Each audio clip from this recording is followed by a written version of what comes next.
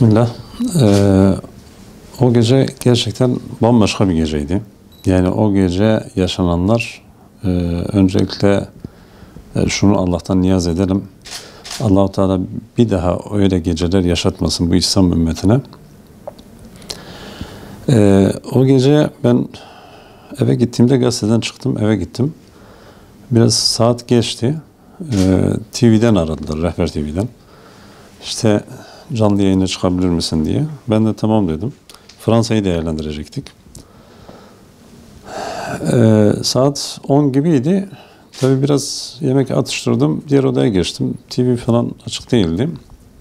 Birkaç not alayım dedim. O arada işte saat 11'e geliyordu. 11 civarıydı. Arandım TV'den. Ve Fransa'yı konuştuk. Fransa'yı değerlendiriyoruz. İlk birkaç dakika geçti. Bir iki dakika mıydı bilmiyorum.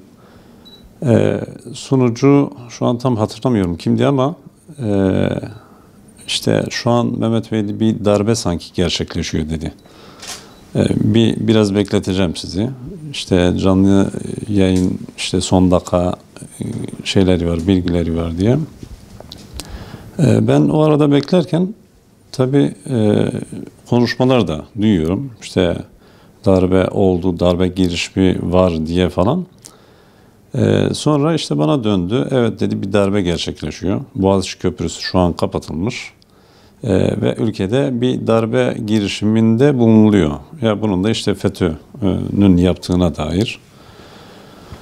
Tabii ben bu arada düşünürken yani tabii 1920'lerden, 1960'larda, 80'lerde yapılan o darbeleri, bu halkın çektiği o sıkıntıları, Müslüman bir halkın nasıl da batıya yönünün döndürüldüğü, Hristiyan, ahlaksız bir yapı, ahlaksız bir batıya yönünün döndürüldüğü ve bir şekilde her başını kaldırdığında başına vurulduğu, Batı'nın her seferinde bir şekilde ülkemize, Müslüman ülkelere, İslam beldelerine dadanıp yeraltı ve yerüstü zenginlikleri nasıl da sömürdüğünü ve yine aynı şekilde kendine bağlı yapıları bu İslam ülkelerinde, ki bu ülkeler arasında Türkiye'miz de var, işbirlikçi adıyla işbirliğinde bulunarak bir şekilde birilerini kendine bağlatarak bu ülkenin ilerlemesini hep engellemiştir. Bundan dolayı halkımızın sokağa inmesi gerektiğini belirttim canlı yayında. Saat 11 gibiydi. Bilmiyorum, yani Allah'tan gelen bir söylemdi belki de. Tabii telefonu kapattıktan sonra TV kanallarını biraz gezdim. Haber TV kanallarını. TV kanallarında da yani halkın sokaklarda olduğunu açıkçası gördüm.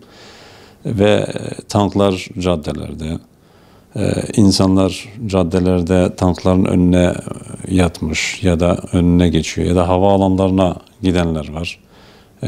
Ölenler var, yaralananlar var, açıklamalar yapanlar var. Bir kıyamettir yaşanıyor. Tabii bunları düşünürken bir telefon daha geldi. Ben o arada abdest almaya gittim. Dışarı çıkacağım o niyetle. Yani bu tanklara karşı durmamız gerektiği bilinciyle elbette hareket etmemiz gerekir diyerekten TV'den işte canlı yayına tekrar bağlanacağız dediğinde mecbur biraz daha bekledim. Yani demek istediğim şu, o gün o gece yaşananlar açıkçası Batı'nın İslam ülkesi Türkiye'ye yönelik bir saldırı girişimiydi, bir işgal girişimiydi. Bu işgal girişimine karşı yani zaten sistemi de Batı'ya yönelik entegre ettiğimizden dolayı Türkiye olarak sistem bu işgal girişimine karşı tam anlamıyla karşı duramadı. Ama ne oldu? Batı bunu hesaplayamamıştı. Halk bunun karşısında durdu. Millet, Müslüman millet bu darbenin karşısında durdu ve tankların önüne yattı. İşte askeriyelerin kışlaların önüne kamyonlarla kapattılar, araçlarıyla kapattılar. Bir şekilde bu darbeye karşı durulması gerektiğini bütün dünyaya anlattılar. Yakın zamanda tabii Mısır'da da böyle bir darbe yaşanmıştı. Muhammed Mursi'ye karşı Sisi Cuntası bu darbeyi gerçekleştirmişti. Arkasında yine Batı vardı. Yine bilindik oyunlarla bu darbeyi gerçekleştirmişlerdi. Tabii bakıyorsun işte Muhammed Mursi halkın oylarıyla seçilmiş bir başkan, cumhurbaşkanı. Ancak hiçbir gerekçe sunmadan bir şekilde Mursi'yi indirip Batı'nın desteğiyle, İsrail'in desteğiyle ülke yönetimine geçmiş bir junta lideri. Şimdi FETÖ yapılanması biz işte Fırat'ın doğusunda yaşayanlar olarak aslında çok önceden de çok geçmişten de FETÖ yapılanmasının böylesi bir kirli yapılanma olduğunu deklare ediyorduk, söylüyorduk. Bunların işte Amerika ile iş tuttuğunu, bunların savcılarının, polislerinin, hakimlerinin bir şekilde kumpaslar yaptığını defalarca dile getiriyorduk cami olarak. Ancak bir şekilde kimseye sesimizi duyuramıyorduk. Susuyorduk. Ne zaman ki işte bu böylesi hain darbe girişimi yapıldıktan sonra bir şekilde bunların yüzü ortaya çıktı. Yani bir gazeteci olarak da elbette bu tür vakaları, bu tür olayları takip ediyoruz, görüyoruz. Yani Amerika ki bunun arkasındaydı, kendisinin ifşa olmasına karşılık yani FETÖ'nün normalde arkasında kendisinin bu darbenin arkasında olmasına karşın yine de destekledi ve darbeyi gerçekleştirdi. Darbe girişimini gerçekleştirdi FETÖ'ye. Sonrasında bakıyoruz işte Amerikalı yetkililerin Türkiye'li yetkililerle konuşmalarında Türkiye halkının Amerika'ya karşı bir duygusal kopuşun olduğunu belirtiyorlar. Şimdi siz Türkiye'yi kendinize bağlı bir müstemleke ülke mi görüyorsunuz? Bir vali mi atamışsınız ülkeye? Yani sizin müstemlekeniz bir ülke, sizin atadığınız işte kişiliksiz kişilerle mi yönetilecek bir ülke? Müslüman bir halk. %99'u Müslüman bir halktır Türkiye. Ve bu darbeye karşı durmak zorundaydı. 1920 öncesi, 1900'lerde, 1900 öncesi Türkiye böyle değildi. Irak, Suriye böyle değildi. Çevre ülkeler. Sınırları yoktu. 100 yıl önce çizilen harita üzerinde çizilen sınırlarla, cetvelle çizilen sınırlarla bu ülkeler paramparça oldu. İslam dünyası paramparça oldu ve bir türlü kendine gelemedi. Tamamıyla Batı'nın oyunlarıyla şu an Orta Doğu denilen İslam dünyasında, İslam beldelerinde oynanan oyunların bozulması için, bu darbeler karşı direnç gösterebilmemiz için elbette bilinçli olmamız lazım ve Batı'ya hiçbir şekilde mahal bırakmayacak şekilde, işgallerine mahal bırakmayacak şekilde politikalar geliştirmemiz lazım diye düşünüyorum. 15 Temmuz tabii ki Türkiye için milat sayılacak dönüm noktalarından birisi. Çok önemli bir tarih. Türkiye'de halkın iradesine bir anlamda ipotek konulmak isterken halkın buna müsaade etmediği bir tarih. Sadece bunu Türkiye için değil, aslında dünya tarihi için de önemli görmek lazım. Yani dünya tarihinde bir halkın kendi tercihine, kendi iradesine böyle sahip çıktığı anlar çok azdır.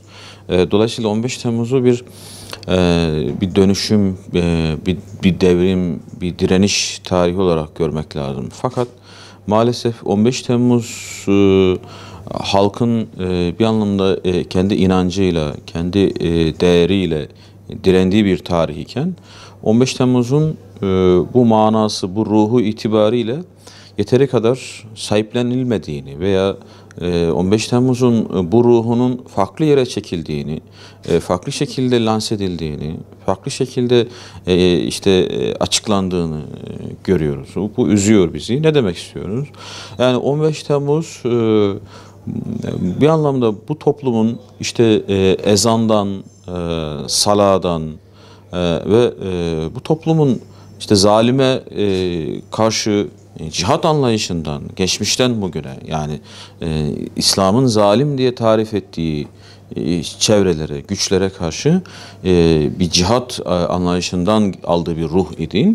Böyle olması, böyle izah edilmesi, buna uygun yorumlanması gerekirken sanki sadece işte demokrasi ve sadece yani düşünün ki yani İslam'dan veya inançtan, toplumun değerlerinden ziyade işte batılı değerlerin işte lügatiyle, onların kelimeleriyle izah edilen yine yani anarken de İslam'dan uzak bir takım şovlara malzeme yapılan yani o şehitlerin ki gerçekten de o gün destan yazan o şehitlerin bir anlamda yani maneviyatına da çok uymayan maalesef bir şeye dönüştürülüyor. Yani bir sanki karnaval gibi bir şeye dönüştürüyor. Bu bir tehlikedir. Yani bu direnişin kesinlikle yani gevşetilmemesi veya bu direnişin işte yanlış aksettirilmemesi, bu direnişin sulandırılmaması, tarif ederken, izah ederken kendi kelimeleriyle, kendi külliyatıyla tarif edilmesi önemli. O yüzden 15 Temmuz'un yıl dönümünde 15 Temmuz'u anarken o ruhunu özellikle unutmamak gerektiğini düşünüyorum. Yani 15 Temmuz'un ruhu direniş ruhudur. 15 Temmuz'un ruhu şehadet ruhudur. 15 Temmuz'un ruhu toplumun kendi değerlerine, kendi inancına, kendi haysiyetine, itibarına sahip çıkma ruhudur. 15 Temmuz ruhunu siz Kur'an'dan, Kur'ani değerlerden ayrı düşünemezsiniz. 15 Temmuz'u kıbleden ayrı düşünemezsiniz. Yani dolayısıyla bu ruh geçmişte Haçlıların karşısına hangi saikle, hangi heyecanla, hangi şevk, aşkla dikildiysek o ruhtur. Yani o ruhun aynısıdır. Dolayısıyla bunu böyle okumaz da 15 Temmuz'u işte dediğimiz gibi yani bir takım eğlencelerin bir malzemesi olarak, öznesi olarak görmeye başlarsak burada çok iyi bir şey yapılmıyor deriz. Biz çocukluğumuzda 1980 yılında yapılan askeri darbeyi gördük ve biz o darbenin kötü hatıralarıyla büyüdük. 15 Temmuz darbe kalkışmasında yapılan darbe girişimi sadece siyasal iktidara karşı yapılan bir darbe girişimi değildi. Aynı zamanda vatandaşlara da doğrudan vatandaşlara karşı yapılan bir darbe girişimiydi. Sayın Cumhurbaşkanımızın meydanlara inin çağrısıyla biz de bir vatandaş ve bir gazeteci olarak biz de meydana indik. Belki de bir gazeteci olarak mesleğimizin son işini yapacaktık. Eğer darbe başarılı olsaydı belki gazetecilik mesleğimizin son haberini yapacaktık ve belki ondan sonra da biz haberlere konu olabilirdik. O mantıkla abdestimi aldım ve gazetecilik refleksiyle meydana indik ve o gün aynı şekilde gazetecilik mesleğimizi icra ettik. Yalnız bizim en çok hayıflandığımız, bizi en çok üzen şey bazı gazeteci meslektaşlarımızın haber noktasında darbe girişimi, darbe kalkışmasını ve milletin darbeye karşı yaptığı bu kalkışmayı haber yapmadılar. Niye yapmadılar? Bunu sorduğumuzda da durumlar değişebilir. Darbe başarılı olursa biz bunun altından kalkamayız gibi bazı durumlar da oldu ve bu meslekten biz televizyonlarda veya büyük yayın organlarında bu işi yapan bazı gazeteci kılığına girmiş kişilerin de ajanlık yaptığını ve bu darbeye destek olduklarını da maalesef gördük. Darbe bütün bir ümmete, Türkiye'nin şahsında bütün Müslümanlara yapılan bir darbe girişimiydi. Ama bütün halkımız STK'larıyla, partileriyle ve vatandaşlarıyla el ele vererek bu darbeye karşı çıktılar ve Allah'ın izniyle zafere de ulaştılar. Bu darbe girişiminin engellenmesi tarihte okuduğumuz Çanakkale Savaşı ve Kurtuluş Savaşı misali milletimiz yeniden bir kurtuluş savaşı verdi. Tabii bu savaşta yüzlerce şehit ve binlerce gazi de olduysa da memleketimiz hain emellere teslim olmadı ve yeni bir anlayışla, yeni bir devlet mantığıyla yoluna devam etti.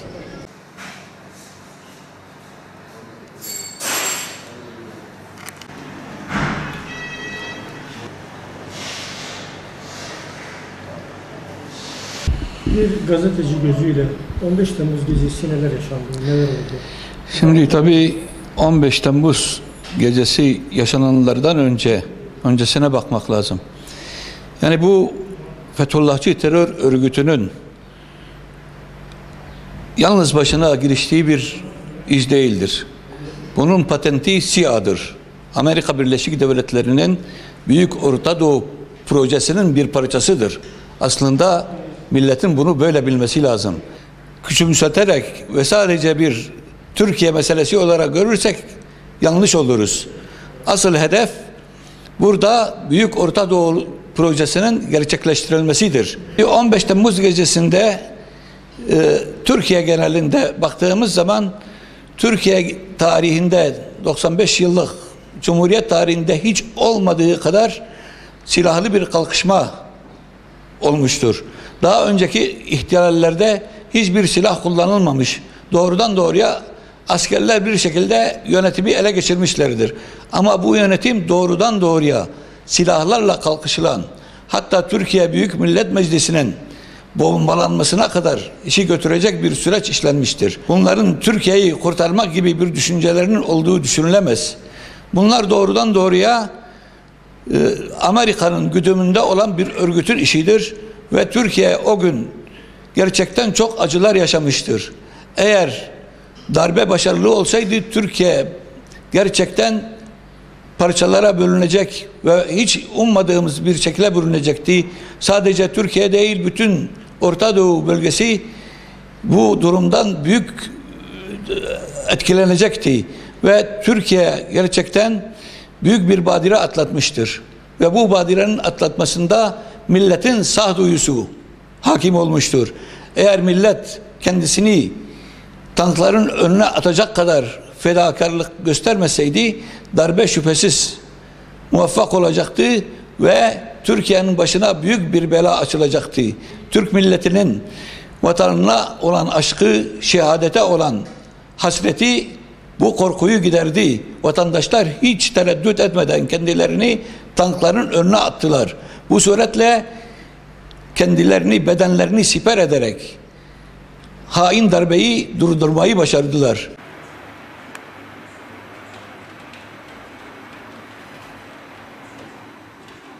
...15 Temmuz hain darbe girişimi gerçekten dünya tarihinde, dünya darbeler tarihinde apayrı bir yer alabilecek konumda olan büyük ve ülkemizi yok etmeye, milletimizi yok etmeye, güzel topraklarımızı, yabancı askerlerin postallarını çiğnetmeyi amaçlayan bir darbe girişimidir. Ama şükürler olsun, Allah'a çok çok şükür etmek lazım. Ülkemizde doğusundan batısına, güneyinden kuzeyine, Türk'ü, Kürd'ü, Laz'ı, Arap'ı, Çerkez'i, herkes etnik yapısı ne olursa olsun, hatta ve hatta dini inancı bile, çünkü o gece meydanlara inenlerin arasında hep birlikte Allah'ın inayetidir bu, bir ortak değer, bir namus değeri, bir vatan değeri, bir bayrak değeri etrafında buluştuk ve bu hainlerin heveslerini ve hainlerin arkasında yer alan güçlerin heveslerini akamete uğrattık. Bu nedenle bu gurur bize ebediyete kadar yetecek kadar bir gururdur. Halkımızın, milletimizin bu topraklara yabancıların postallarını, yabancı askerlerin postallarının girmesine izin vermeyeceğini göstermektedir. Bu nedenle ne kadar gurur duysak azdır. Bu vesileyle bütün 81 milyon insanımızın bugününü kutluyorum.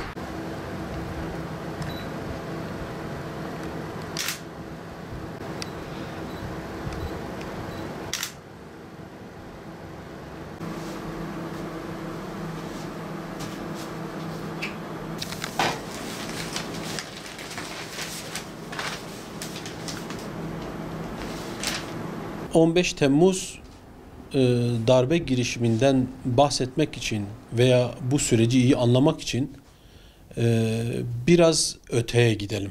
Belki bundan 100 yıl, 150 yıl sonraya 150 yıl önceye gitmemiz gerekiyor.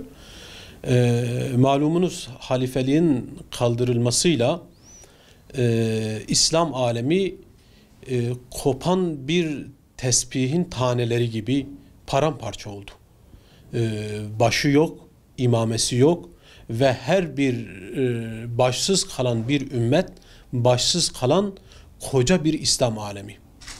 Şimdi hal böyle olunca emperyalizm İslam alemini birçok yapay devletlere böldü. Bu devletlerin başına kimleri getirdi? İşte o ülkedeki ideolojik olarak azınlıkta olup İslam'a ve Müslümanlara düşmanlık eden ve Batı emperyalizmin ideolojisini, düşüncesini benimseyen azınlıkları bu devletlerin başına getirdi. Şimdi bu devletler süreç içerisinde çok büyük zulümler yaptılar, kıyımlar yaptılar ve İslam'ı toplumumuzun arasından kaldırılması için ellerinden gelen her türlü oyunu, desteği oynadılar. Hangi ülke bu süreç içerisinde, hangi ülke bu emperyalizme karşı durduysa, onların çıkarlarına uygun olmayan adımları attıysa, hemen onların etrafını çepeçevre kuşatarak yok etmek, ortadan kaldırmak veya pasifize etmek için her türlü şey yaptılar.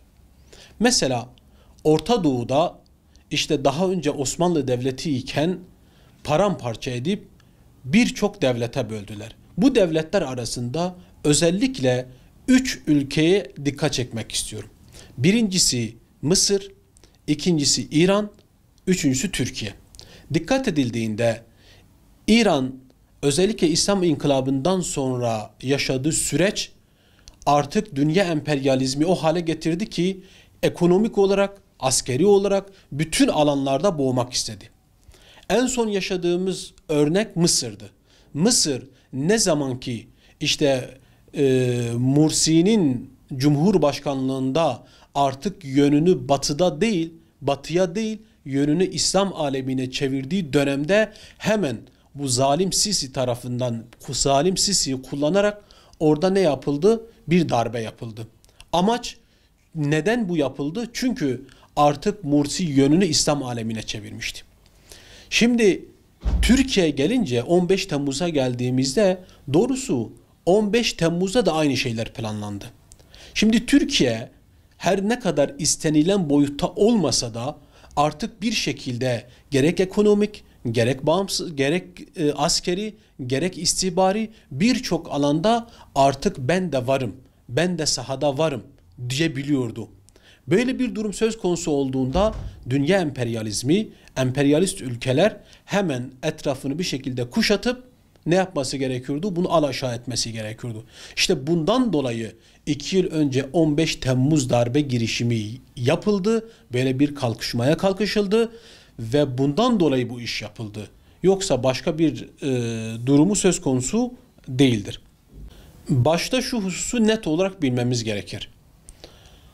Gerek Mısır'daki Müslüman kardeşlere ve Mısır'daki meşru hükümete yönelik yapılan darbe, gerekse 15 Temmuz'da Türkiye'de kalkışılan darbe girişiminin temel muhatabı, temel hedefleri İslam'ı ve Müslümanları pasifize etmektir. Bu işin temelinde bu vardır. Yani hiç kimse bunu başka bir yöne çekmenin bir anlamı yoktur. Dikkat edildiğinde 15 Temmuz darbe girişiminde birçoğumuz şahit olduk ve birçoğumuz da meydanlardaydık, sahalardaydık. O zaman sahada olan insanların kahir çoğunluğu İslami hassasiyeti olan insanlardı. Dikkat edin. Sadece tekbirler ve salavatlar sesleri geliyordu. Değil mi? Yani camilerde işte salah okunuyordu ve Müslümanlar meydandaydı. Bir ikinci hususa, bu süreçte o gece ölenlerin kahir çoğunluğu da, öldürülenlerin kahir çoğunluğu da kimlerdi? Müslüman insanlardı. Hani buna da dikkat etmek gerekiyor. Yani sıradan birileri değil. Dolayısıyla baş kaldıran da Müslümanlardı. Buna dur diyen de Müslüman halkımızdı ve onların temel amacı da ne yapmaktı? Müslümanları pasifize etmekti. O artık ben de varım diyen Türkiye'yi artık bütün birimleriyle ben de bir gücüm, ben de artık müstakil düşünüyorum, size bağlı ve size bağımlı olmak zorunda değilim bir ülkenin tekrar kendilerine bağlı ve kendilerine bağımlı yapmak istemeleriydi. Darbe başarılı olsaydı darbeden en çok etkilenen Müslüman halkımız olacaktı. Çünkü zaten bu işin başında olanlar, bu işin başında olan insanlar zaten kendilerine göre bir düzen, bir intizam zaten kurmuşlardı. Bu işte etkilenen ve bu işte zarar gören temel hak bizim Müslüman halkımızdı. Şimdi 90'lı yılları, 80'li yılları veya ondan önceki yılları bu 100 yıllık tarihimiz şahittir ve hepimiz biliyoruz ki Müslümanları yok etmek için, İslam'ı ve İslam'ın mukaddesatını yok etmek için ellerinden gelen her şey tarihte yapıldı. Ve şu anda bir nebze de olsa eğer bu konuda bir ilerleme kaydedilmiş ve bunun önüne geçmek için tekrar bunlar yapıldı. Yani dikkat edildiğinde Cumhuriyet tarihinden bu yana 18 yıl boyunca bu topraklarda ezan-ı Muhammed'i okunulmadı. Ya daha birkaç yıl önceye kadar Kur'an kurslarına bir sınırlandırılma gelmişti. Başörtülü çocuklarımız okullara gidemiyordu. Kamu kurumlarına gidemiyorlardı. Değil mi? Şimdi amaç şu, bir nebze olsun gerek ekonomik gerek diğer alanlarda düzelen bu toplum tekrar eski haline dönmek ve onlar istedikleri gibi bu toplumu yönlendirmektir. Eğer başarılı olsaydı bu neticeler olurdu. 15 Temmuz darbe girişimi bütün Türkiye'deki halklar ve özellikle İslam alemi için bir milattır. Yani Türkiye'de 15 Temmuz'da yaşananlar ve Müslüman halkımızın o direnişi doğrusu İslam alemine moral vermiştir. Onlar için bir milat olmuştur. Şimdi darbe girişimiyle alakalı özellikle bir nüktenin altını çizmek istiyorum. Burada Müslüman insanların bir görevi vardı ama bu ülkede yönetici olanların iki görevi vardır. Müslüman halkımızın görevi şudur. O gece kalkışmada bulunanları bastırmak için halk imanlarının onlara verdiği güçle, cesaretle meydanlara çıkıp gerektiğinde göğüslerini silahlara, panzerlere ve paletlere siper etmeleriydi. Ve halkımız bunu yaptı. Türkiye'nin her tarafında bu yapıldı. Ve halk bunda başarılı oldu.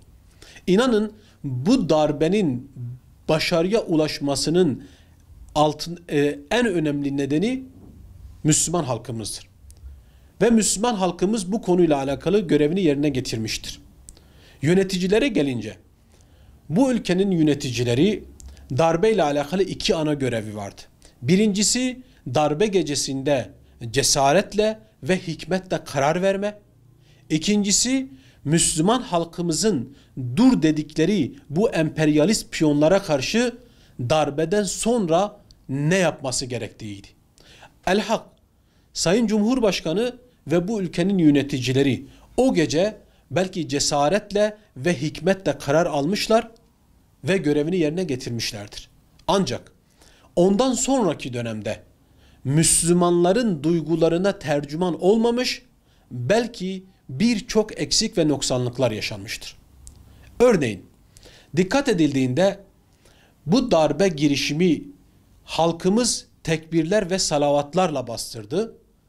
Bu darbe girişimi halkımız mukaddesatı için, inancı için, dini için, namusu için bu zalimlere karşı durdu ve bu uğurda şehit oldu ve şehit olmaya namzet olan binlerce insan Müslüman vardı.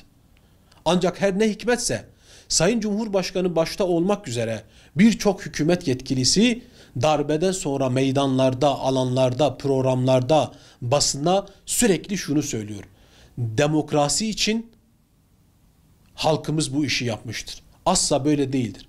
Bu halkımız demokrasi için değil, belki mukaddesatı için bunu yapmıştır.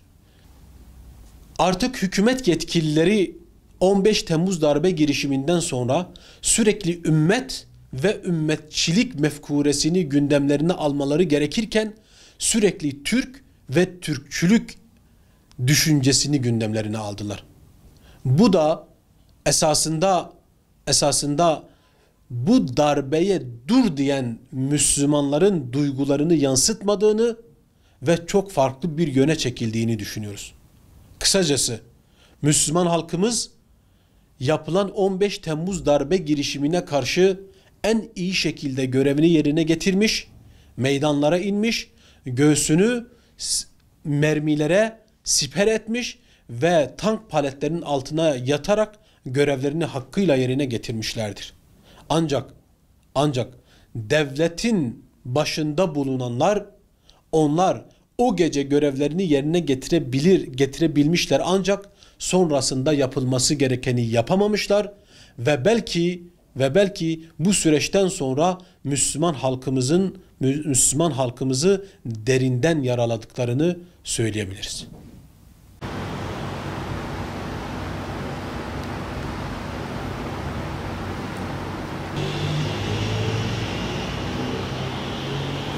Öncelikle İlki Haber Ajansı'na bu vesileyle görüşlerimizi açıklama fırsatı, imkanı verdiği için teşekkür ediyorum.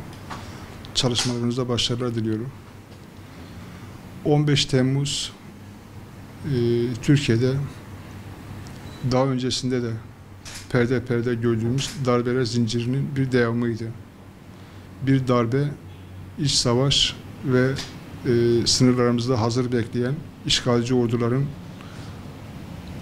ülkemize girmesi için içeriden kapıları bir açma harekatıydı. Hain bir darbe teşebbüsüydü.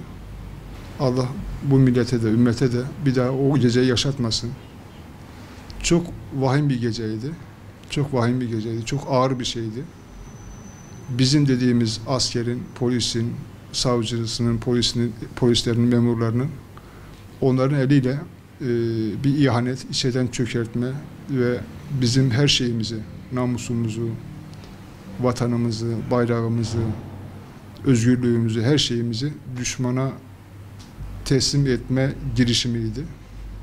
Allah'a hamdolsun, Allah'ın çok büyük bir yardımıyla hem Türkiye'deki bütün milletin duası, fiili duası ve katılımı hem de dünyadaki bütün ümmetin ve mazlumların duasıyla Allah'ın yardımıyla o belayı, o musibeti, o ağır hareketi Allah engelledi. Allah milletimizin eliyle, insanlarımızın eliyle o belayı def etti.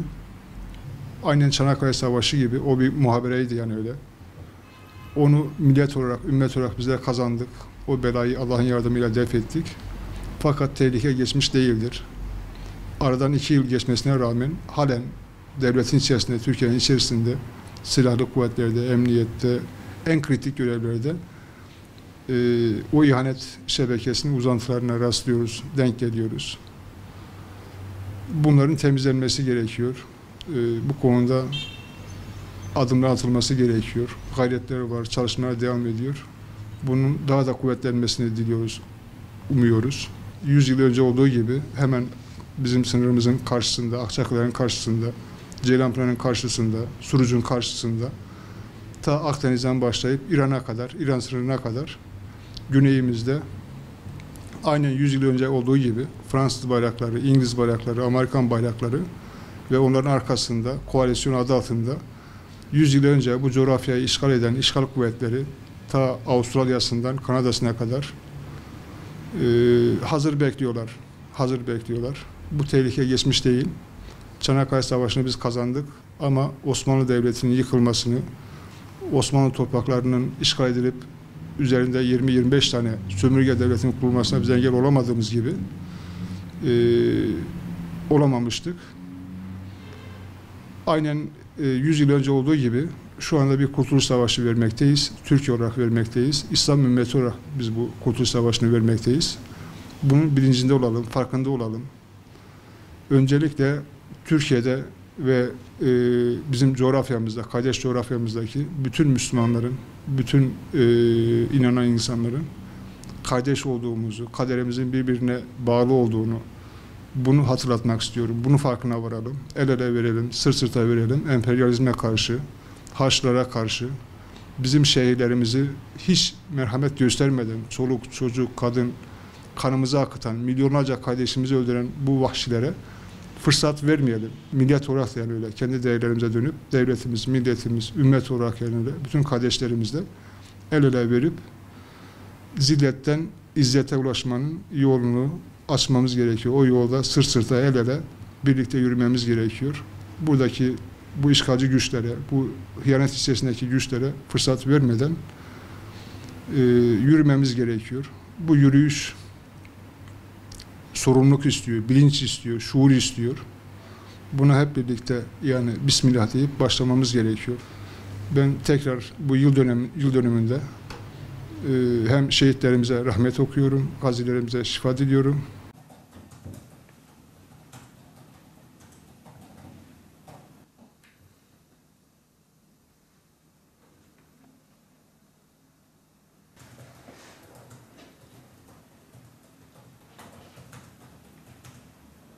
...15 Temmuz hain darbenin gelişi aslında yıllar önceden bunları görmek mümkün.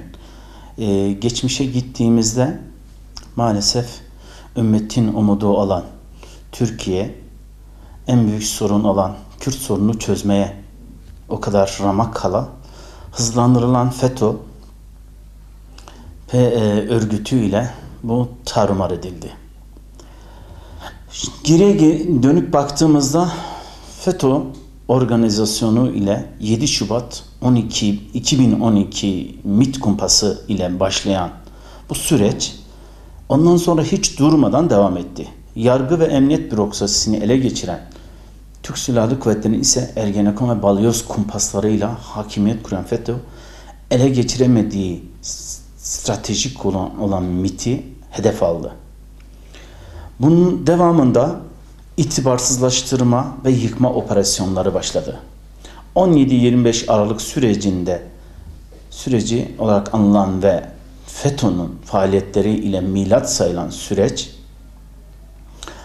İstanbul Başsavcılığı yürüten soruşturma iş adamları, bürokratlar, siyasilerin bir anda kara para aklama, altın kaçakçılığı vesaire gözaltıları ile hükümeti zor duruma bırakmaya başlaması bu sürecin aslında böyle planlı, programlı, uzun vadeli bir darbe çalışması olduğunu görebiliyoruz.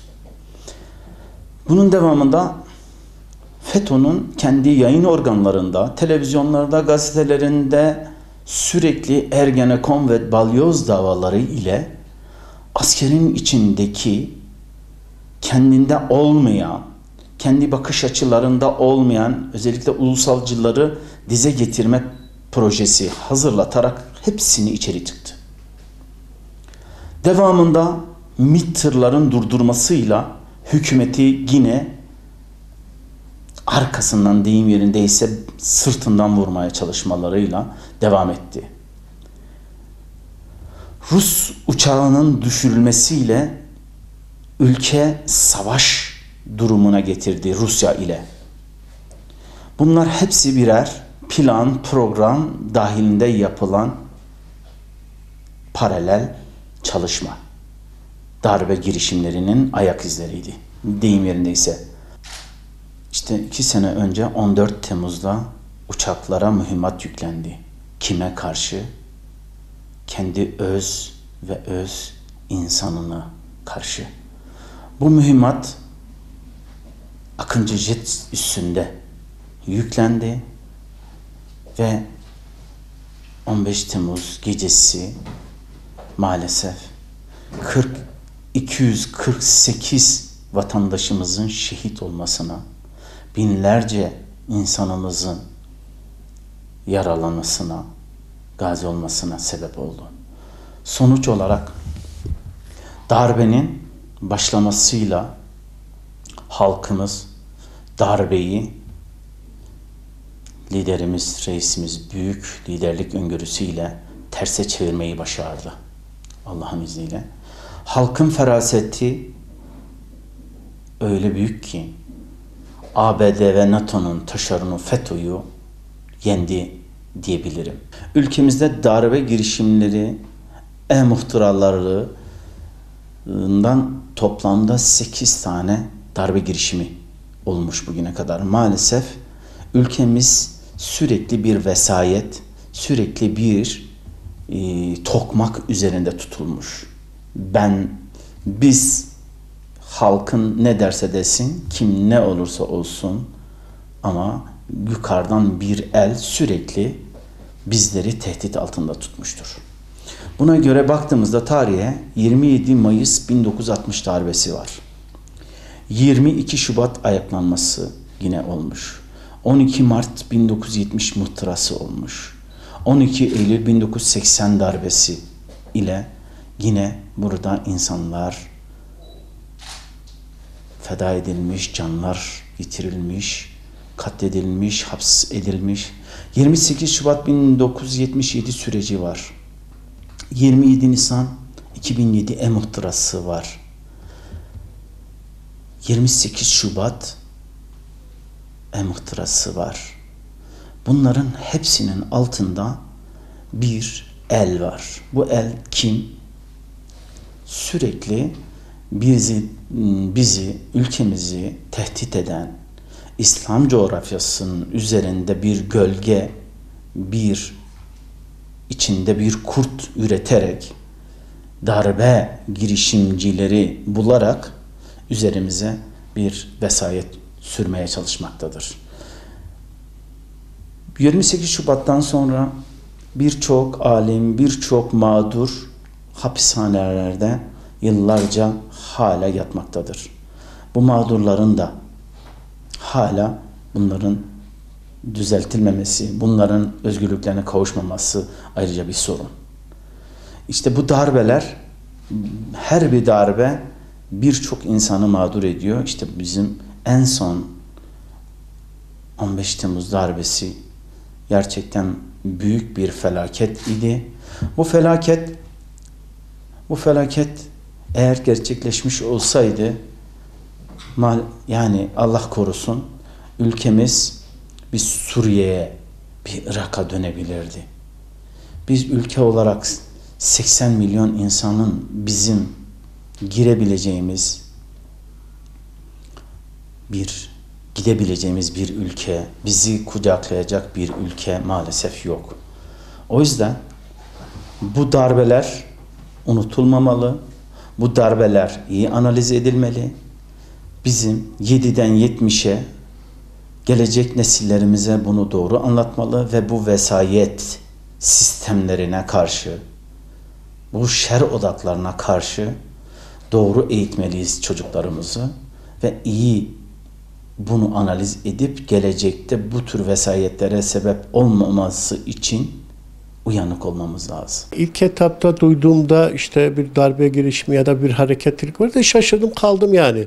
Türkiye hangi çağdayız yani 21. yüzyılı artık yavaş yavaş terk ediyoruz. Çağ değişkenlik istiyor. Toplum artık eskisi gibi boyun eğici değil, köylü tipli bir zihniyet yok yani. Şaşırdım ama zaman içerisinde saatler, dakikalar geçtikçe işin farkına vardık. Ve bir anda karşımızda devletin silahını, tankını, topunu, tüfeğini, her şeyini, uçaklarını, helikopterlerini kullanan bir zihniyet kendi halkına karşı bir kanlı darbe girişiminde bulunuyor. Tabii bu Türkiye'nin tarihine baktığımızda darbeler ilk değildir. Daha önce de Türkiye darbeleri gördü, yaşadı ama ilk kez böylesi kendi halkına karşı katliama varabilecek saldırılar gerçekleştiren bir anlayış söz konusu oldu. Tabii bu anlayışa karşı dirayetli, dik duruş sergileyen, demokrasiye, hakka, hukuka riayet eden ve milli iradenin temsiliyet ilkesine sadık bir cumhurbaşkanı çıktı karşılarına. Bu cumhurbaşkanı diğer dönemlerde darbe girişimlerinde şapkasını alıp giden bir zihniyet olarak hareket etmedi. Halkıyla bütünleşti. Halkını sokaklara davet etti. Ve o halkı davet etmesiyle aslında darbeye darbe yapıldı. Ve halk Türkiye 81 milyon insanıyla bir bütünlük içerisinde hareket etti. Tankların önüne geçti. Tankların paletlerinin altına yattı. Kurşunlara göğsünü açtı. Ki İstanbul'da köprüdeki o duruş, sergileme hali inanılmaz bir milli mücadelenin sahnesiydi. Tıpkı Çanakkale'deki zafer gibi, tıpkı Sakarya'daki muharebedeki sergilenen tutum gibi bir duruş vardı. Ve halk demokrasiye sahip çıktı, iradesine sahip çıktı. Kendisini yöneten iktidara sahip çıktı. Yani seçtiği, oyunu verdiği o milli değer ölçüleriyle hareket eden iktidarına sahip çıktı ve darbeyi yendi. Peki darbeden sonra ne çıktı? Bu demokrasi, 15 Temmuz destanı tarihi. Sonrasında baktık ki inanılmaz bir paralel devlet yapılanması oluşmuş. Ki ben bunu paralel devlet yapılanmasından daha çok bir paralel millet oluşturulması söz konusu. Ve bu paralel millet oluşturan anlayışın da bölgemizin, ülkemizin genel coğrafyasını kullanan, dilini, dinini, inancını, felsefesini kendisine kalkan edilmiş bir şer yapının içimize sığdırdığı bir güç olarak karşımıza çıkıyor.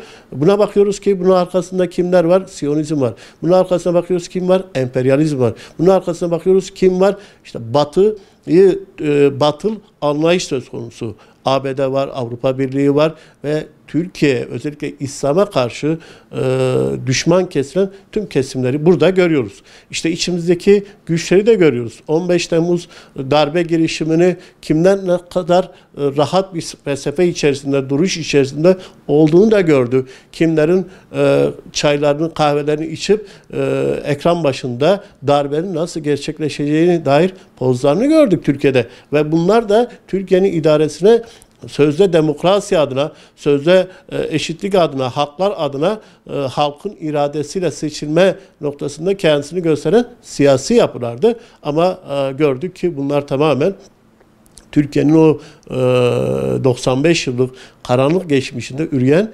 insanlardı. Ve şunu söylüyorum, bir gazeteci olarak o gece bayağı mücadele ettik. Diyarbakır'ımızda da mücadele ettik. Halkın özellikle saat 21-22 itibariyle meydanlara çıkışı destani bir duruştu. Ve Diyarbakır'dan aslında bu duruşu sergileyen, bu destani duruşa katılım gösteren halk hiçbir parti gözetmeksizin, yani bu AK Parti'dir, bu şudur, bu budur parti gözetmeksizin milli davasına, milli iradesine ve bağımsızlığına destek veren halktı sokağa çıkan. Ben 15 Temmuz'un 2. seneyi devriyesinde bana bu fırsatı, bu ifadeleri de aktarmam için verdiğiniz imkandan dolayı da sizlere teşekkür ediyorum. Darbenin daha öncesine gelirsek, ben Cihan Haber Ajansı için çalışıyordum. Tabii devletin kayyum atamasından sonra görevlendirilmiştik. Ben temsilciliğini yapıyordum burada. Saat işte akşam civarları mesaimiz bitip eve döndükten sonra babamla bizim evin terasında oturuyorduk. Uçakların peş peşe havalandığını görünce bir tersliğin olduğunu anlamıştım. Sosyal medyada da işte askerlerin kent merkezlerinde işte olduğunu, kent merkezlerine hareket ettiğini duyunca öyle bir düşüncem oldu açıkçası. Fakat her şeye rağmen bir darbe kalkışmasının öyle kolay olmayacağını biliyordum. Çünkü devlet eski devlet değildi. Devlet bir değişim gösteriyordu. Bu değişime elbette ki geçmiş zamanlarda olduğu gibi devletin değişmesini istemeyen, gelişmesini istemeyen kesimin bir reaksiyon göstereceğini ve bu değişime engel olmak için her şeyi yapabileceğini tahmin ediyordum. Ama bu kadar değil. Yani bir darbe şeklinde düşünmüyordum. İşte farklı yönlerle ekonomik veya sosyal, kültürel şekilde baskı altına alarak değişimin değişimin yapılmasını engelleyeceğini düşünüyordum. Ama darbe ile buna teşebbüs ettiler. İlk duyduğumuzda, ilk gördüğümüzde bunun olmaması için, oluşmaması için açıkçası biz de bir gazeteci olarak karşı haberlerle bunu çürütmeye çalıştık. Yani nasıl? İşte halkın sokaklara indiğini, halkın buna izin vermeyeceği yönünde haberler geçmeye başladık. Bütün 81 ilde. Çünkü irtibatlıydık biz bütün arkadaşlarla, WhatsApp gruplarıyla. Halkın buna çok sert tepki gösterdiğini, gerekirse tankların önünde duracağı ile ilgili haberler geçtik biz açıkçası. Ve bunu sosyal medyalara, kısıtlı olan internetin olduğu durumlarda paylaşmaya çalıştık. Bir nevi yükü biraz hafifletmeye çalıştık. Bir bakıma biraz da başarılı olduk diye düşünüyorum. Yani az önce belirttiğim gibi bu sistemin değişmesini istemeyen, ülkenin güçlenmesini istemeyen, açıkçası biraz da ben şöyle değerlendiriyorum. Müslümanların güçlenmesini, uluslararası toplumda söz sahibi olmasını ve mazlumun yanında yer almasını istemeyen çevrelerin tamamının bir araya gelip bunu yapmaya kalkıştığını düşündüm. Bunun oluşması durumunda özellikle bu bahsettiğim çevrelerin çok mağdur olacağını, hatta çok kötü durumlara düşeceğini, belki gidecek yerlerin olmayacağını düşündüm. Öyle hep aklımda inşallah olmaz diye dualar, yani bütün Türkiye gibi biz de dualarımıza sarıldık. Elimizden geldiği ölçüde haberlerimizle işte değişik şekilde engel olmaya çalıştık. Alanlara gitmeye çalıştık. Yani bütün imkanlarımızı kullandık. Bunun olması durumunda ne kadar zor duruma düşeceğini biliyorduk. Bunun oluşmaması için her şeyi yaptık.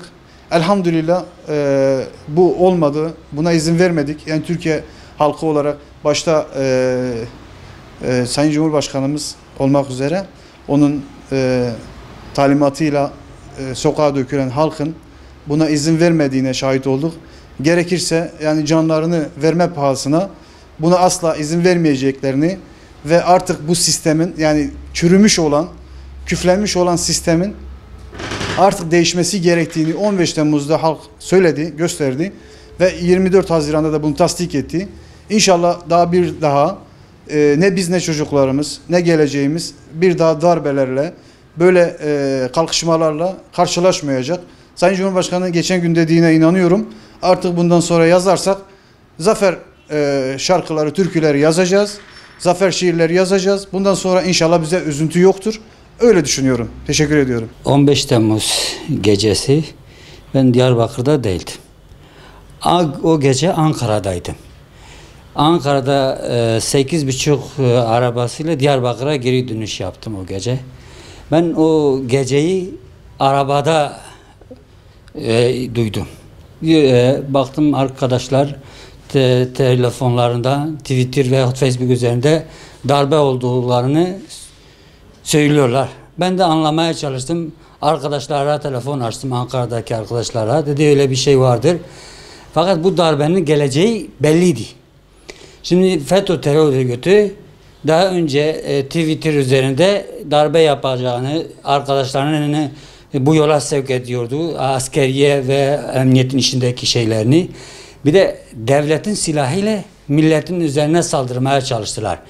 Yani dünya tarihinde öyle bir darbe olduğunu hiç rastlamadık. Yani şimdi 1912 Eylül darbesini biz gördük. O zaman hiç kimse karşı koymadı.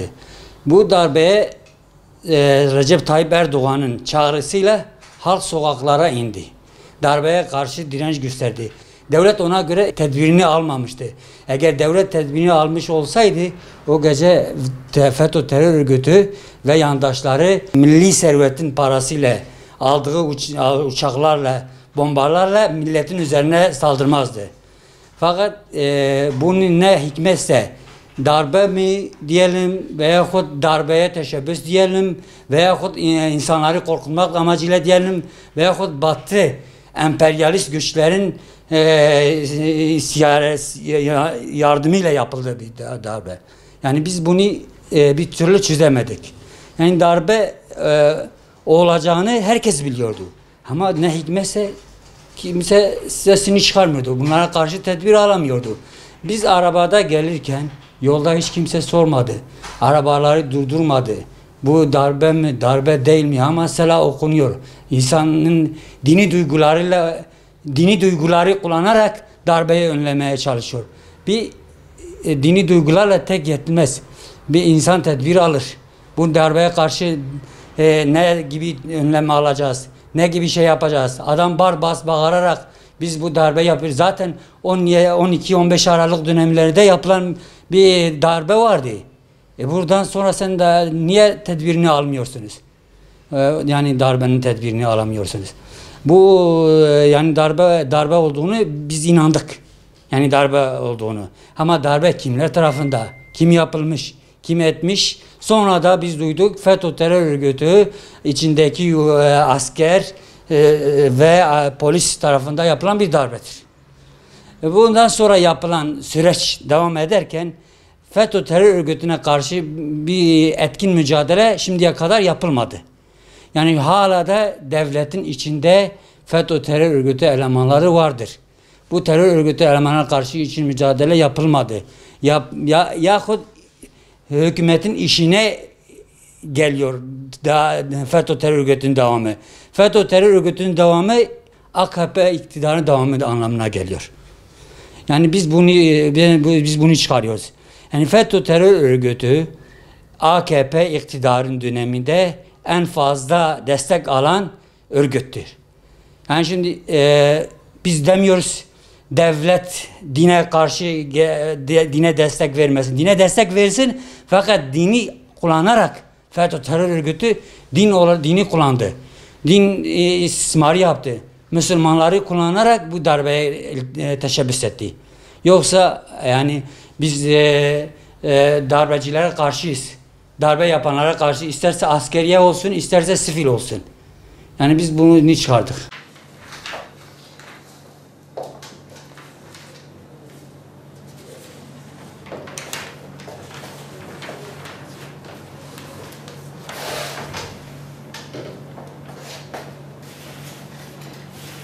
Musa Çelebi, Bismil Haber Gazetesi'nin kurucusu. Bismil Haber Gazetesi'nin aynı sahibi ve Bismil Haber Gazetesi'nin kurucusu.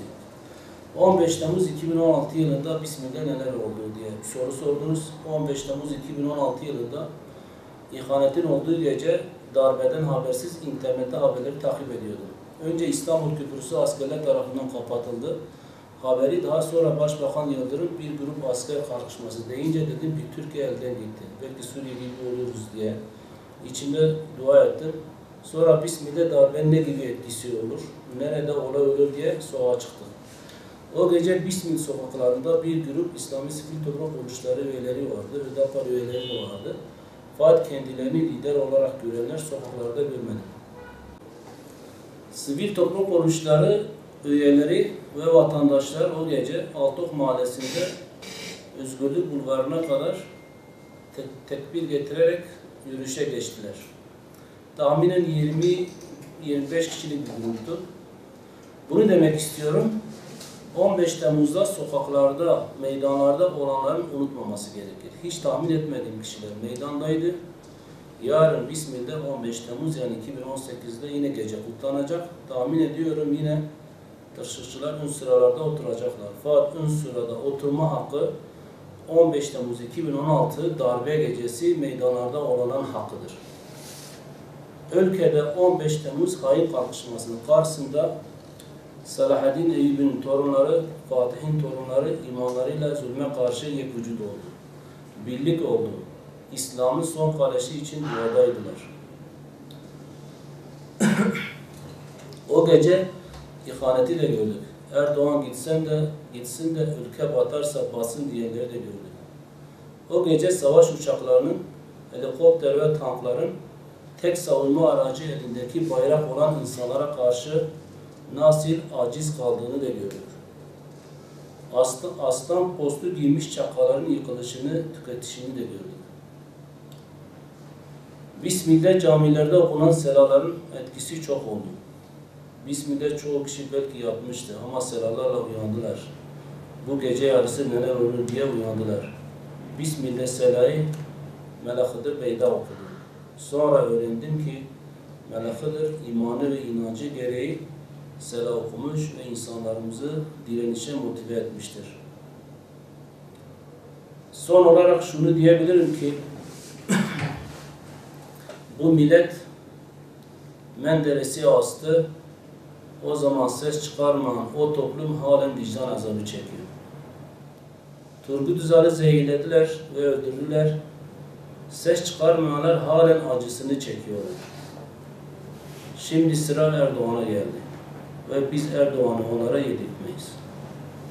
Erdoğan toplum tarafından seçilmiş bir cumhurbaşkanıdır.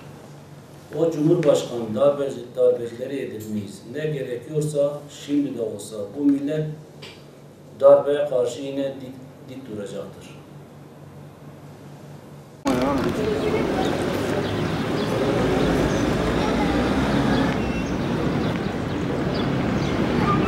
Evet, 15 Temmuz malumunuz olduğu üzere bundan 2 yıl öncesinde gerçekten karanlık bir gece yaşandı Türkiye'de. 15 Temmuz'u kim yaptı? 15 Temmuz'u evet görünürde biz FETÖ yaptı diyoruz. TSK'nın kamuflajı içerisine gizlenmiş teröristler tarafından yapıldı diyoruz. Bu çok doğru. Onlar yaptı. Ancak bunun perde arkası da var. Onu da görmek lazım. Onu da iyi okumak lazım o çerçeveyi. Kim yaptı bunu? Bu ülkeyi dizayn etmeye çalışan, bu coğrafyaya daha doğrusu ülkeden ziyade coğrafyayı dizayn etmeye çalışan küresel güç odakları var bu örgütün arkasında. Yoksa örgütün tek başına böyle bir darbe kalkışmasına girişmiş olması düşünülemez. Mümkün değil. Yani o kadar güçleri de yok. Bunu o küresel güç odakları Türkiye dizayn etmek, Türkiye'yi dize getirmek, coğrafyayı yeniden çizmek düşünen, emelleri bulunan küresel güç odakları tarafından desteklendi, beslendi yıllarca. Türkiye Cumhuriyeti Devleti'nin içerisine bunların elemanı sokuldu ve belli bir güç haline geldikten sonra 15 Temmuz'da böyle bir kalkışmaya girişildi. Ki tarihi geçmişe baktığımız zaman Çanakkale'nin dibine kadar gelen o itilaf devletleri, o koalisyon ülkeleri o gün Çanakkale geçemeyince parantezi kapatmadılar. Ve kapatmadıkları için bugün o parantezin o geri kalan, yarım kalan işlerini tamamlamaya çalışıyorlar. Nedir? Güneydoğu Anadolu bölgesinde Büyük İsrail Devleti'ne katmaya çalışıyorlar. Bunun için PKK belasını çeşitli örgütleri saldılar ve 40 senedir böyle Türkiye ile sürekli uğraşılıyor. Yani 1997 yılında Oral Projesi'ne göre Büyük İsrail Devleti kurulmuş olmalıydı. Ama kuramadılar. Kuramadıkları için bugün FETÖ gibi yapılanmaları, bugün PKK gibi oluşumları Türkiye'nin üzerine salıyorlar ve sadece Türkiye ile de değil, malum işte Mısır'da, Irak'ta, Suriye'de harman pamuğuna çevirdiler coğrafyayı. Tek amaç dediğim gibi yeniden ülkelerin haritalarını belirlemek, hegemonyasını altına almak, tahakküm kılmak bunlara ve Büyük İsrail'i kurmak, Rum Pontus Devleti'ni kurmak. O gecenin gerisine baktığımız zaman temel taşlardan bir tanesi bana göre budur. Hakikaten bir terör estirdiler. Yani mesela biz 12 Eylül döneminde hatırlıyoruz. İşte görmeyenlerimiz varsa bile kitaplarda okuduk veya çevremiz anlatıyor. 1960'ı vesaire birkaç... eskiden her 10 yılda bir darbe yapılıyordu. Hiçbir darbede dikkat edin. Asker, kamuflajlı insanlar normal halka, sivile, vatandaşa silah doğrultmadı. Ama 15 Temmuz'da doğrultuldu. Çünkü amaç farklıydı. Bu darbe değildi. Darbeden öteye ülkeyi bölmekti. Darbeden öteye coğrafyayı bölmekti. Darbeden öteye yani gerçek 100 yıldır, 150 yıldır amellerine, kurmuş olduğu hayallerine kavuşmaktı. Bunun için yaptılar. Cenab-ı Allah inşallah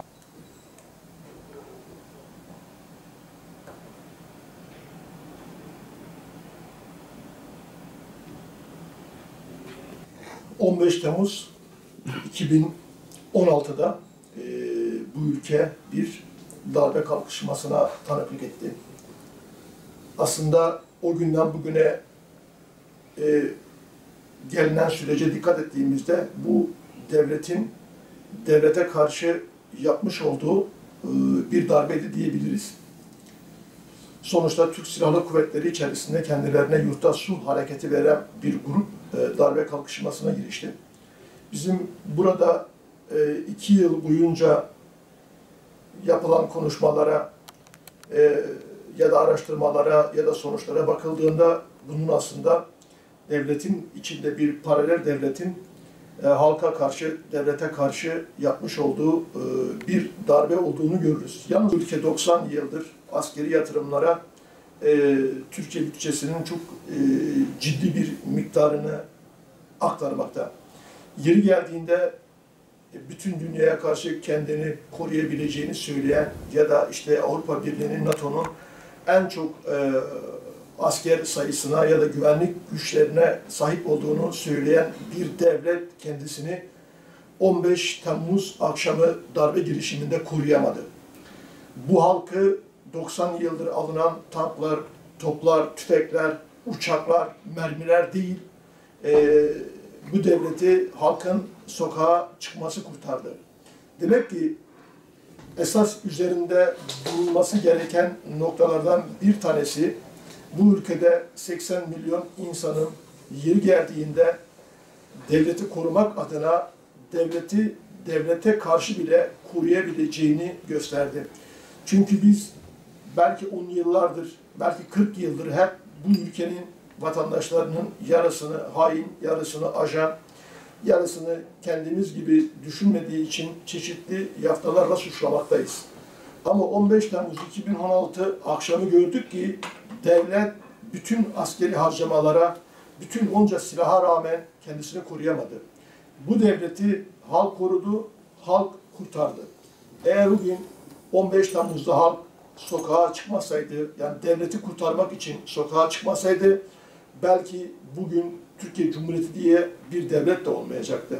Çünkü bizim esas üzerinde durmamız gereken konu, bu ülkede yaşayan herkes birbiri gibi düşünmese de, arada bir kendisiyle kavga etse de, arada bir bu ülkeyi yönetenleri meydanlarda yuhalasa da, tabii ki 15 Temmuz'un sadece Fethullah Gülen cemaatiyle ilgili yapılan bir darbe olduğunu söylemek mümkün değil. Yani bunun içerisinde evet hem içeriden hem dışarıdan, yani İsrail kaynaklı olabilir, Amerika kaynaklı olabilir, İngiliz kaynaklı olabilir.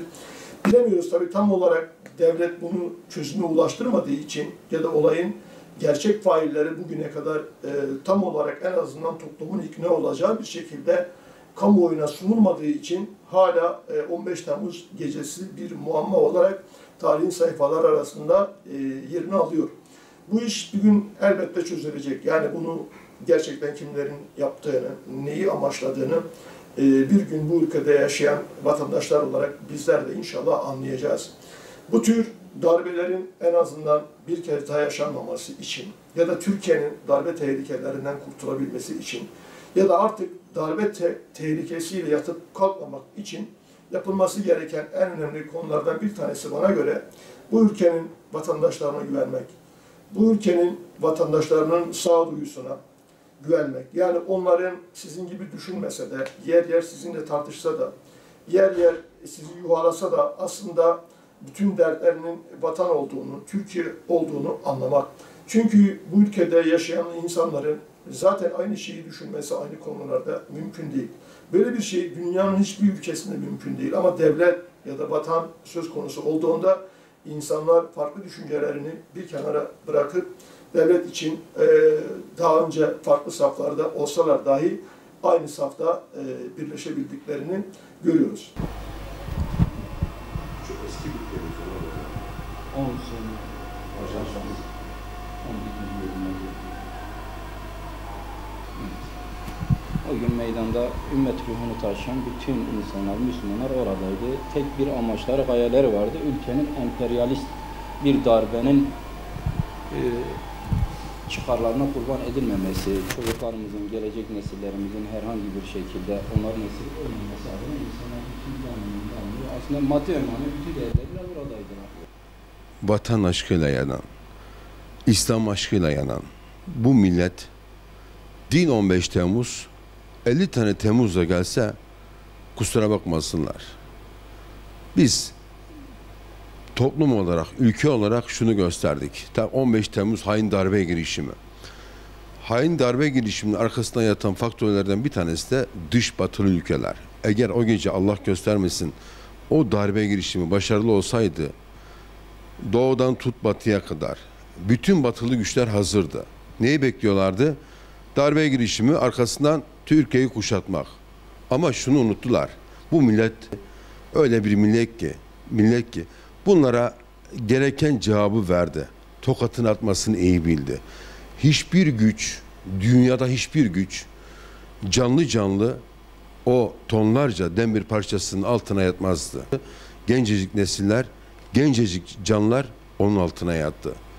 Şehadet getirdiler. Ne yaptılar? Abdest aldılar. Seralar okundu. Sabahlara kadar seralar okundu. Gördük ki Avrupa, batılı güçler gördük ki burası Türkiye. Burası Osmanlı'nın torunları. Burası milli ruh var burada. Allah'a şükürler olsun. O geceyi bir daha yaşamak istemiyoruz. Allah böyle geceleri, böyle hain darbe girişimlerini bir daha bize yaşatmasın. Vatan uğruna hayatlarını kaybeden şehitlerimize Allah'tan rahmet diliyorum. Gazilerimize tekrar bir kez daha geçmiş olsun dileklerimi iletiyorum. 15 Temmuz hain darbe girişimi büyük Türk milletinin ortaya koyduğu bir azmin zafere dönüştüğü bir gündür. Bu Sayın Cumhurbaşkanımız Recep Tayyip Erdoğan'ın televizyon kanallarına bağlanarak halkımızı sokağa davet etmesi bu darbeyi önleyen en önemli unsurdur. Bunun için burada medyayı kutlamak lazım. Medya bir daha bu milletimize 15 Temmuz'ları yaşatmasın. Bu milletimizdeki manevi ve milli duyguları da eksik etmesin.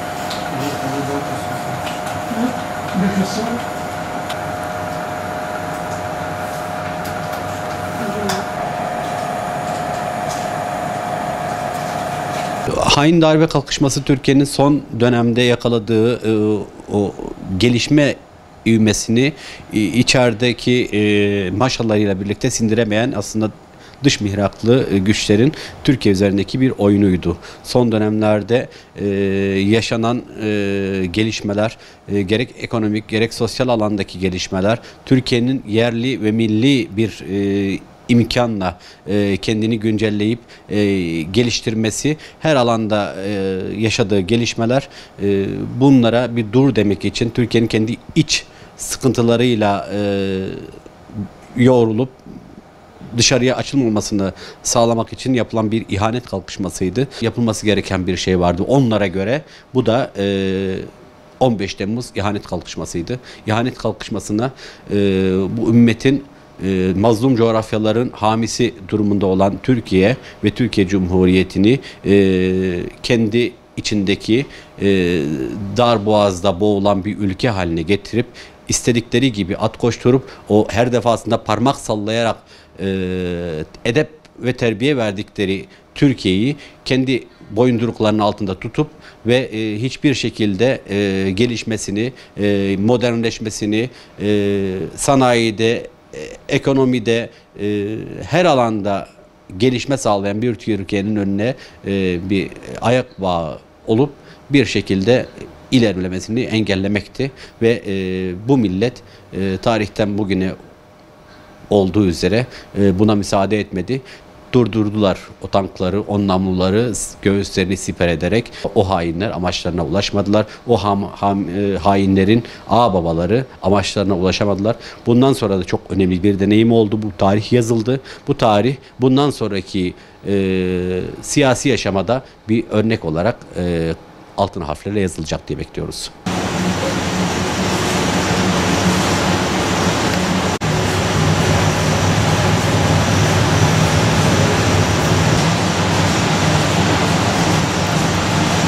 ...15 Temmuz gecesi sözün bittiği gece olarak bir nevi tarihe adını yazdırdı. Türk Silahlı Kuvvetleri'ne mensup bir grubun yönetimi ele almaya gerek uçaklar gerek köprüler, gerek meclis, gerek külliye bombalanaraktan bunu birebir gerçekleştirmiş ama muvaffak olamamış bir gece yaşandı. Bu darbe girişimi de başarısız olması buradaki halkın bu son yıllık son süreçte bilinçlenmesinden kaynaklanıyor. Tabii 15 Temmuz darbesiyle ilgili dikkat çekilmek istenen iki nokta var.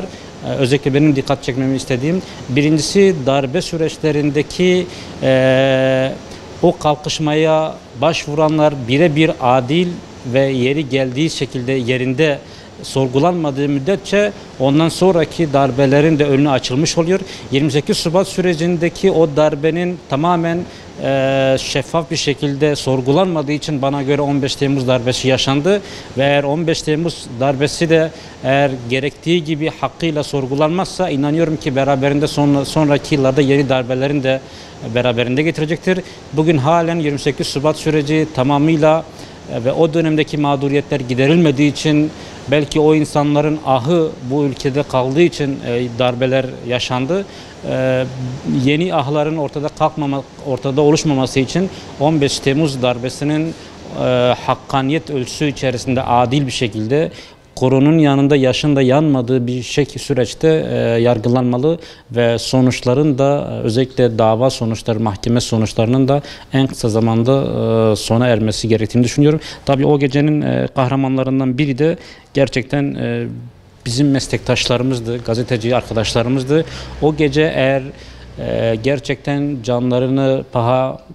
canlarını yok sayaraktan meydanlara inip de o dönemde o süreçte yaşananları televizyonlara halka bildirmemiş, halkı bilgilendirmemiş olsalardı belki o insanların çoğunu sokaklara, meydanlara inmezlerdi.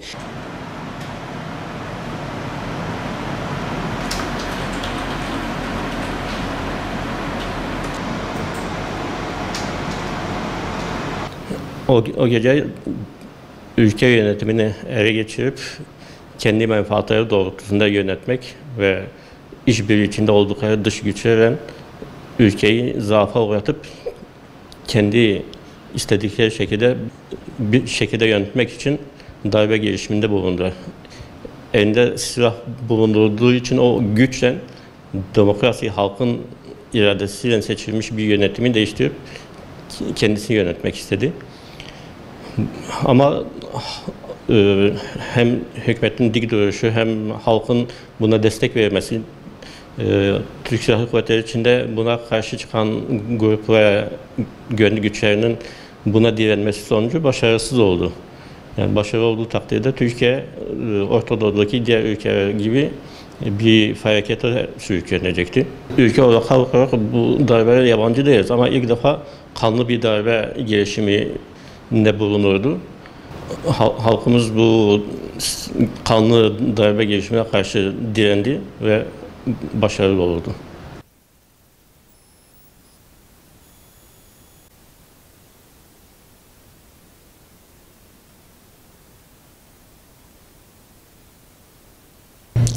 Şimdi 15 Temmuz'da büyük bir darbe kalkışması oldu.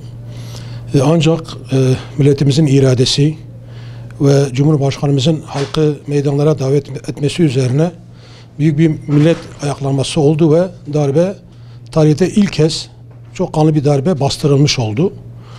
Dolayısıyla gene milletin istediği oldu, millet iradesi kazandı.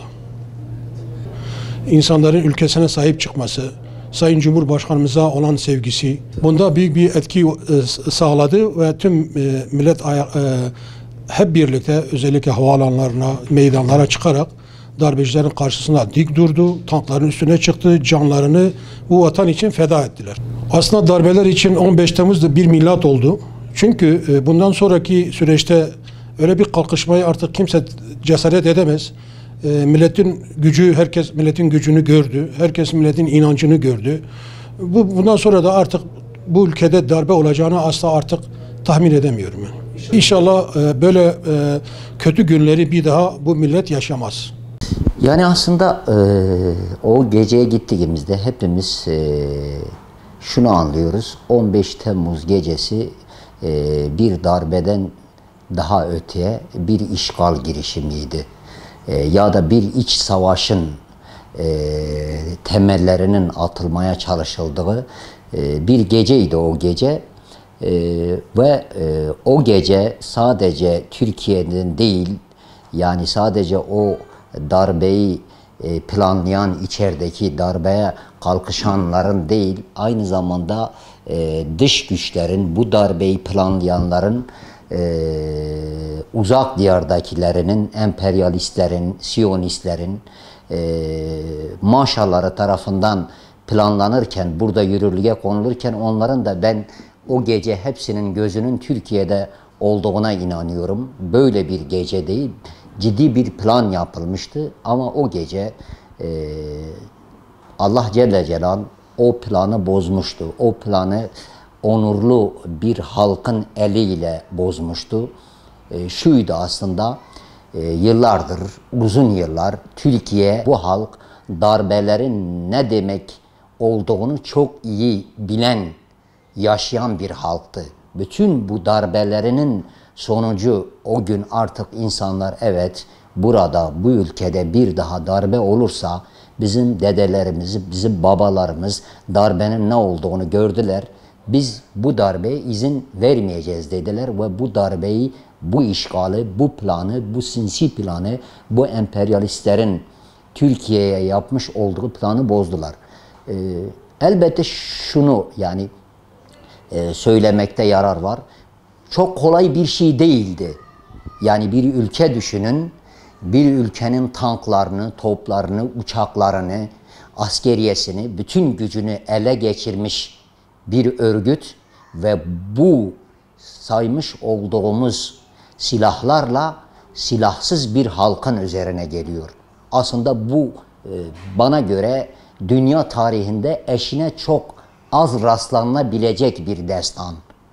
Hakikaten yani iş olsun diye söylemiyoruz. Hepimiz tarihi çok iyi biliyoruz. Türkiye halkı 15 Temmuz gecesi yapmış olduğu o onurlu direniş bana göre aynı zamanda bir devrimdi. Bir darbeye karşı bir devrim gerçekleştirdiler. Bir halkın devrimiydi bu. Bu bağlamda bugün gelmiş olduğumuz noktada bunun tekrar yad edilmesi, bunun tekrar gündemde olması, gündemde tutulması hem bizim hem çocuklarımızın, geleceğimizin açısından ben önemli olduğuna inanıyorum. Tankları maskaraya çeviren bir toplumun iman gücünün dışında neyle bunu yapabilirler ki? Bu mümkün değil. Yani bunu fizik kurallarında mümkün değil. Bu yaşamış olduğumuz dünyada değerleri, maddeleri bir araya getirdiğinizde mümkün değil. Elbette meselenin asıl boyutu iman meselesiydi. Ve bu ülke, bu insanlar gerek Menderes dönemini, gerek 80'li yıllara, gerek o karanlık 28 Şubat döneminde yapılan darbelerin sonucunda insanların neler çektiğini, ki bugün hala bunun mağduriyeti devam ediyor birçok yerde. Hal böyle olunca bu toplum, bu onurlu halk biz bir daha buna müsaade etmeyiz dedi. Ve o gece hepimiz, siz de vardınız, ben de vardım. Hakikaten hiçbirimiz hesap etmedik. Yani ne yapıyoruz, karşımızdaki güç ney, onun elindeki silah ney falan hiç hesap etmedik. Hiç kimse hesap etmedi. Ve Allah hesap etmeyenlerle beraberdir. Böyle oldu zaten. Hiç kimse hesap etmeyince Allah da dedi ki bunlar bir zulme karşı, bir haksızlığa karşı baş kaldırmışlarsa ben onlarla beraberim dedi ve yardım etti bu halka. Ve bu halk bugün huzurluysa, mutluysa, birlikteyse ben o geceye, o gecenin zaferinin bugünün bereketi olduğunu, bugün bunu yaşadığımızı düşünüyorum. Ve ben inanıyorum ki bugünden sonra 15 Temmuz gecesi hem bize aslında Siyonizmin, emperyalizmin, dış güçlerin ne olduğunun iç yüzünü gösterdi. Hem de bundan sonra bu ülkede aslında meselemizin evet maddi tamam ama manevi olarak da bu ülkede, bu ülkenin insanların manevi olarak kendilerini beslemeleri gerektiğini, en büyük ihtiyaçlarının bu olduğuna o gün yakinen şahit olduklarına ben kendim şahit oldum. Hal böyle olunca da ben bundan sonra da bunun 15 Temmuz'un sadece o gece ile ilgili yapılmış olan darbeye karşı değil, aslında bu toplumun özünün iman üzerine kurulu olduğuna inanıyorum ve bu topluma, geleceğimize bunun aktarılması gerektiğine inanıyorum. Biz televizyonların ve sosyal medyadakilerinin, gazetecilerin o gece söylemiş olduğu şeylerin, paylaşmış oldukları, vermiş oldukları mesajın bu toplumu nasıl bir araya getirdiğini ve nasıl ayaklandığına şahit olduk. Bu bağlamda medya önemlidir. 15 Temmuz gecesinde medyanın ortaya koymuş olduğu o onurlu duruş, bugün bu halkın saadet ve mutluluk içerisinde yaşamasının göstergesidir. Medya bu bağlamda geçmişte de biz işte 28 Şubat'ta medyanıyla 15 Temmuz'daki medyayı yüzleştirdiğimizde aradaki farkın ne kadar çok olduğunu, ne kadar büyük bir fark olduğunu görüyoruz. Evet, eğer medya halkla beraberse, medya halkın yanındaysa, medya halkın değerlerine, kendi halkının değerlerine hizmet ediyorsa bir halkı düşürecek, diz çöktürecek hiçbir gücün olmadığını ben inanıyorum.